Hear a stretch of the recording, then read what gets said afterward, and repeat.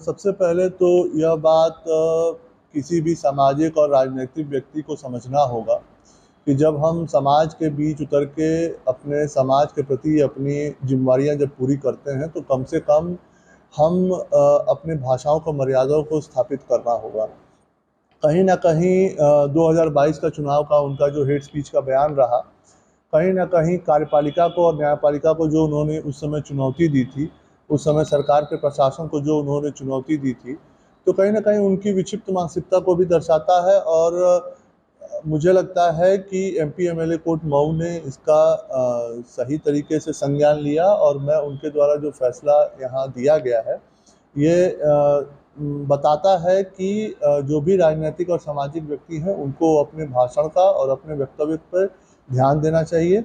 और मैं एक चीज़ का और मानता हूं कि जो आदरणीय प्रधानमंत्री जी एवं आदरणीय अमित शाह जी ने जो सपना उत्तर प्रदेश के माध्यम से विकसित भारत का देखा था, आज पूज्य महाराज योगी आदित्यनाथ जी के सरकार में जो अपराधियों के और अपराध के खिलाफ जीरो टॉलरेंस की नीति बनी, उसी का नतीजा है कि आज न्यायपालिका ने मुखर होके ऐसे अपराधियों के खिलाफ सख्त से सख्त निर्देश देने का कार्य कर रही है। मऊ में पहली बार मुख्तार के परिवार क्या कहेंगे, न्यायालय जो न्यायालय के आदेश आ रहे हैं थोड़े जल्दी हो रहे हैं, पहले देखिए, मैं इस आपके बात से सहमत भी हूं और कहीं ना कहीं ये बात को मानता हूं कि 2017 के पूर्व और कहूं तो 2014 से पूर्व में जितने भी न्यायपालिका के कार्यप्रणाली पे कहीं ना कहीं संदेहास्पद स्थितियां उत्पन्न होती थी, इसका मूल वजह यह था कि प्रदेश के अंदर जो शांति व्यवस्था गवाहों को या यहाँ के लोगों को जो मिलनी चाहिए थी वो उपलब्ध नहीं कराई जा रही थी। लेकिन 2014 के बाद से जब आदरणीय प्रधानमंत्री जी ने प्रधानमंत्री का पदभार ग्रहण किया, उस समय के हमारे यशस्वी राष्ट्रीय अध्यक्ष आदरणीय अमित शाह जी ने जो सपना सोच के 2017 में पूज्य महाराज जी के हाथों में उत्तर प्रदेश की कमान दी और उस लक्ष्य के साथ कमान दी कि इस प्रदेश के अंदर जो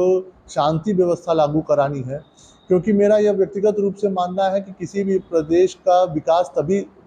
मुमकिन है जब वहाँ शांति व्यवस्था अच्छे से स्थापित हो। और इसको आदरणीय प्रधानमंत्री जी के सपने को बखूबी निभाने का काम अगर किसी ने किया इस प्रदेश के अंदर तो ऐसे हमारे पूज्य महाराज योगी आदित्यनाथ जी ने हैं, जिन्होंने समाज के अंदर में एक भयमुक्त समाज का निर्माण करते हुए अपराध और अपराधियों को इस प्रदेश के बाहर खदेड़ डाला है। और जो आदरणीय प्रधानमंत्री जी का विकसित भारत का जो परिकल्पना है उसको साकार करने में दिन रात एक करके अपने स्पष्ट और स्वच्छ नीति से आज लगे हुए हैं। एक और चीज थी, जिस दिन फैसला आया पूरे मीडिया की वजह से हर जगह लोगों को पता चल गया, गाजीपुर में उनके घर के बड़े पिता हैं और सांसद भी हैं गाजीपुर के, तो मीडिया ने उनसे सवाल जवाब किया तो उन्होंने कहा कि मुझे इसकी जानकारी है। देखिए, एक तो सर्वप्रथम मैं ये कहना चाहूँगा कि मैं किसी कठमुल्लों के पारिवारिक विषयों पे अपनी राय नहीं देना चाहता। और दूसरा ये मैं जनता से आग्रह करूँगा कि ज़रा सोचे कि किस तरीके के सांसद हैं जिनको अपने परिवार की स्थिति नहीं पता, उनको क्षेत्र की स्थिति क्या पता होगी। और बहुत इस पर टिप्पणी करना मेरे लिए उचित भी नहीं है, उनका वो पारिवारिक मामला है, वो उस पर समझे। तो चुनाव की अगर स्थिति बनती है भारतीय जनता पार्टी में, देखिए, मैं एक भारतीय जनता पार्टी का बहुत छोटा सा कार्यकर्ता हूँ